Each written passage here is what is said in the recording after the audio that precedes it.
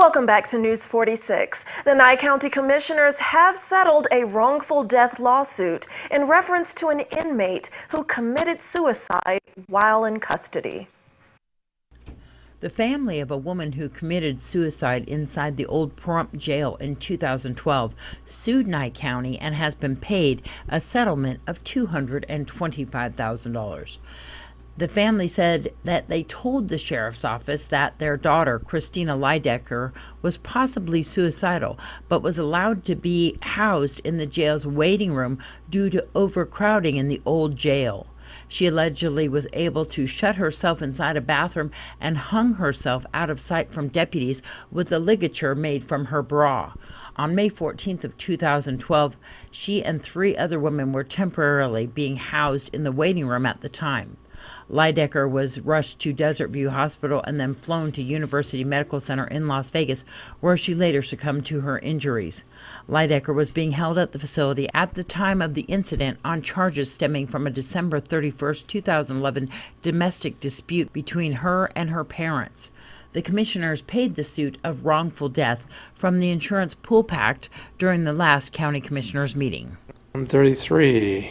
For possible action, discussion, deliberation to propose settlement agreement regarding... Motion to approve.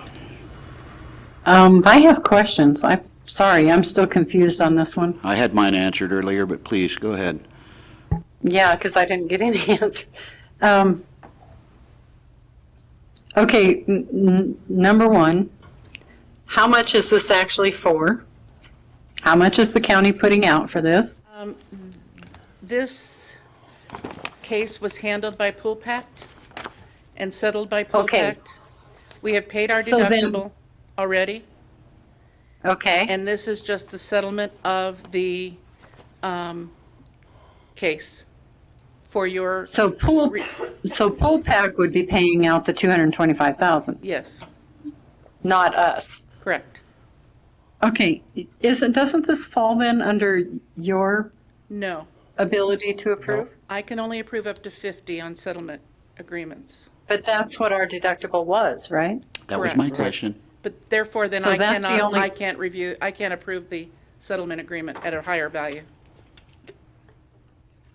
And whatever Pool Pact is paying out is considered the higher value Correct. rather than our deductible. Okay, Yes. I got it. Yep. I'll second that motion. Yep. Yeah, there's a lot of us that asked the same question. So, Jeez. Yeah, I just don't have the contact that you do. so with that, I got a motion and a second. Aye. Aye. Aye. Aye. The commissioners approved filling a deputy district attorney position with grant money to work solely on court cases for the Violence Against Women Act. With that, I'm going to move to item number 31. And I know 31 and 32 kind of play together. And I'm hoping that the person who assumed the DA position can explain it. I'll do my best, Commissioner. So basically, we're trying to extend an existing grant-funded position through our office as long as we can. The position was anticipated to be funded by 2 grants. One of the grants we did not get. So we're trying to use the existing monies left on this grant and stretch it out as long as we can to keep this person on board a little bit longer. In order to do that, we have to modify the budget, and we also have to modify what that person does just a bit. Because the money came from the AG's office, we have to get their permission, which is the first part of this, and then the second part of that is for you to fill it. So no additional monies from the county.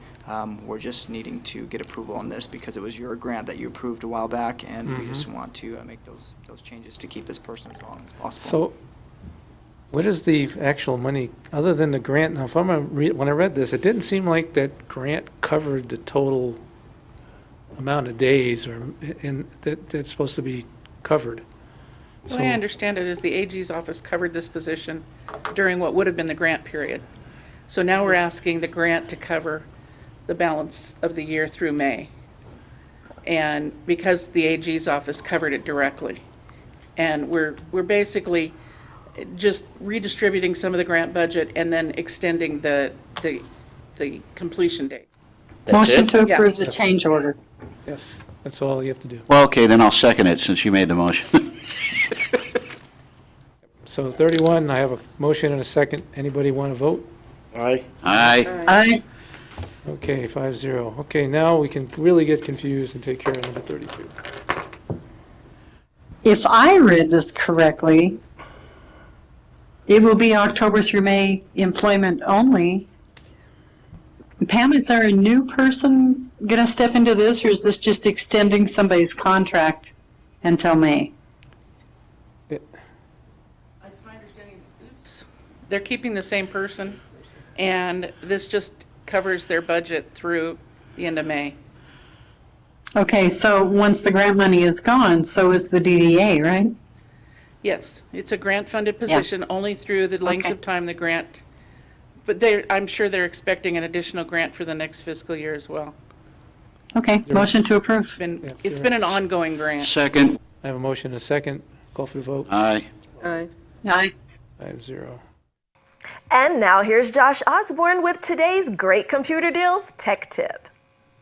Hi, I'm Josh, and this is my daughter Lily with Great Computer Deals. She's going to teach you about computers on this week's Quick Tutorial. It's time for another edition of Computer Fact or Fiction. Fact or fiction? Leaving my computer on 24 hours a day will not hurt it. That's fact. Letting your computer run all day and night will not hurt it. You may consume more electricity and have to put up with a noisy fan, but will be all right. Consider using the Windows power settings to allow your computer to hibernate or sleep when not in use. This will save electricity without turning off your PC. A huge selection and friendly faces await you at Great Computer Deals. These guys know how to explain technology in a way that doesn't make you feel stupid. Great Computer Deals is located on Highway 372 across the street from Pizza Hut. Give them a call today at 990-8833. And here's what's happening at Pahrump Valley High School. I'm Chris Blanchard. And I'm Emily Roberts, and this is your student news. This Friday, the Trojans football team will face off against Sunrise Mountain with the varsity bout starting at 7. The JV game will begin Thursday at 6. The game will also feature the homecoming king and queen nominees. Wednesday, the girls Trojan soccer team will compete against Western High School, with varsity starting at 3 and JV starting at 5. There will also be a volleyball game against Western at 4, 5, and 6, featuring freshmen, JV, and varsity teams. Saturday, October 8th, the homecoming dance will be held in the PVHS courtyard beginning at 7, featuring a road trip across America theme, so dress up. Spirit Week began this Monday, but Wednesday's theme will be Western versus Red, White, and Blue. Thursday is Mardi Gras, and Friday will be Extreme Maroon and Gold, so dress up and show your school spirit. I'm Chris. And I'm Emily, and this is your student news. Stay tuned to News 46. We'll have more local news for you about a celebration at a local saloon and a fundraiser being held in Las Vegas this coming weekend.